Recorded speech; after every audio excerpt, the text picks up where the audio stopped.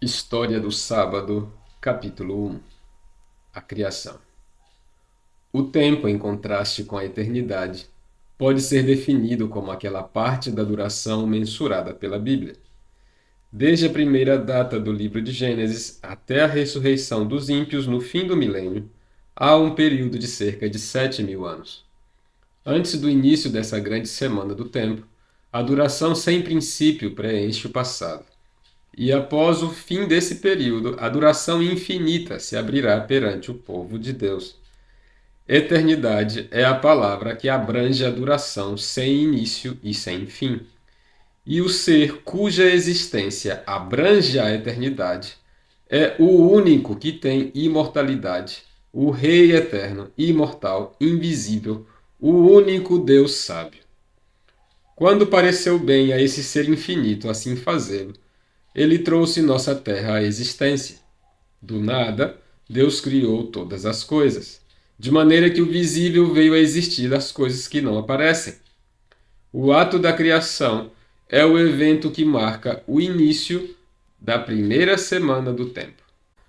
Aquele que poderia ter realizado toda a obra com apenas uma palavra, escolheu em vez disso dedicar 6 dias a essa obra e alcançar seus propósitos por meio de passos sequenciais. Tracemos os passos do Criador desde o momento em que ele lançou os alicerces da terra até o fim do sexto dia, quando os céus e a terra foram concluídos, e viu Deus tudo quanto fizera, e eis que era muito bom. No primeiro dia do tempo, Deus criou os céus e a terra. A terra, dessa forma chamada existência, era sem forma e vazia. A escuridão total cobria a obra do Criador. Então disse Deus: haja luz, e houve luz. E Deus fez separação entre a luz e as trevas, e chamou a uma de dia e a outra de noite. No segundo dia, disse Deus: haja firmamento, ou expansão, Almeida Revista e Corrigida, no meio das águas, e separação entre águas e águas. A terra seca ainda não havia aparecido. Consequentemente, a terra se encontrava coberta por água. Como não havia atmosfera, densos vapores pairavam sobre a face das águas. Mas no momento em que a atmosfera foi chamada à existência pela palavra do Criador, fazendo tais elementos se unirem para formar o ar que respiramos, a neblina e os vapores que repousavam sobre o seio das águas foram, por ela, levados para cima. Essa atmosfera ou expansão se chama céu. No terceiro dia, Deus juntou as águas e fez a terra seca aparecer. Ao ajuntamento das águas, Deus chamou de mar. O solo seco separado das águas foi denominado terra. E disse: produza a terra relva, ervas que deem semente e árvores frutíferas que deem fruto segundo a sua espécie, cuja semente esteja nele sobre a terra. E assim se fez. E viu Deus que isso era bom. No quarto dia do tempo, disse Deus: haja luzeiros no firmamento dos céus para fazerem separação entre o dia e a noite, e sejam eles para sinais, para estações, para dias e anos. Fez Deus os dois grandes luzeiros, o maior para governar o dia e o menor para governar a noite, e fez também as estrelas. A luz fora criada no primeiro dia da criação, e agora, no quarto dia, Deus faz com que o sol e a lua apareçam como portadores de luz e coloca a luz sob o domínio deles. E até hoje eles continuam seguindo as ordenanças divinas, pois são seus servos. Essa foi a obra do quarto dia. E o grande arquiteto, ao examinar aquilo que realizara, declarou que era bom.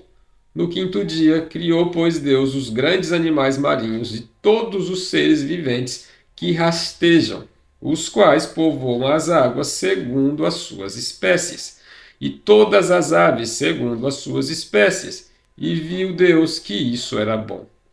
No sexto dia do tempo, fez Deus os animais selváticos, segundo a sua espécie, e os animais domésticos conforme a sua espécie, e todos os répteis da terra conforme a sua espécie.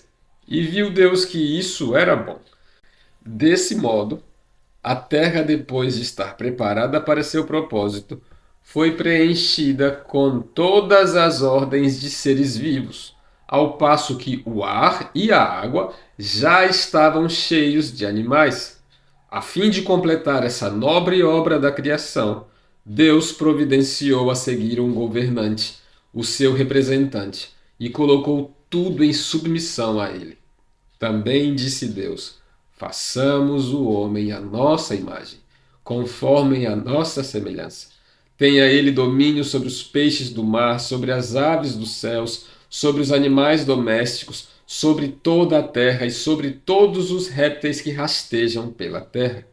Então formou o Senhor Deus ao homem do pó da terra e lhe soprou nas narinas o fôlego de vida, e o homem passou a ser alma vivente. E plantou o Senhor Deus um jardim no Éden, na direção do Oriente, e pôs nele o homem que havia formado. Do solo fez o Senhor Deus brotar toda sorte de árvores agradáveis à vista e boas para alimento, e também a árvore da vida no meio do jardim, a árvore do conhecimento do bem e do mal. Por último, Deus criou a Eva, a mãe de todos os viventes. A obra do Criador estava agora completa. Assim, pois, foram acabados os céus e a terra e todo o seu exército. Viu Deus tudo quanto fizera, e eis que era muito bom. Adão e Eva estavam no paraíso, a árvore da vida florescia na terra, o pecado não havia entrado em nosso mundo, e a morte não se encontrava aqui, pois não havia pecado. As estrelas da alva, juntas, alegremente cantavam e rejubilavam todos os filhos de Deus. Assim terminou o sexto dia.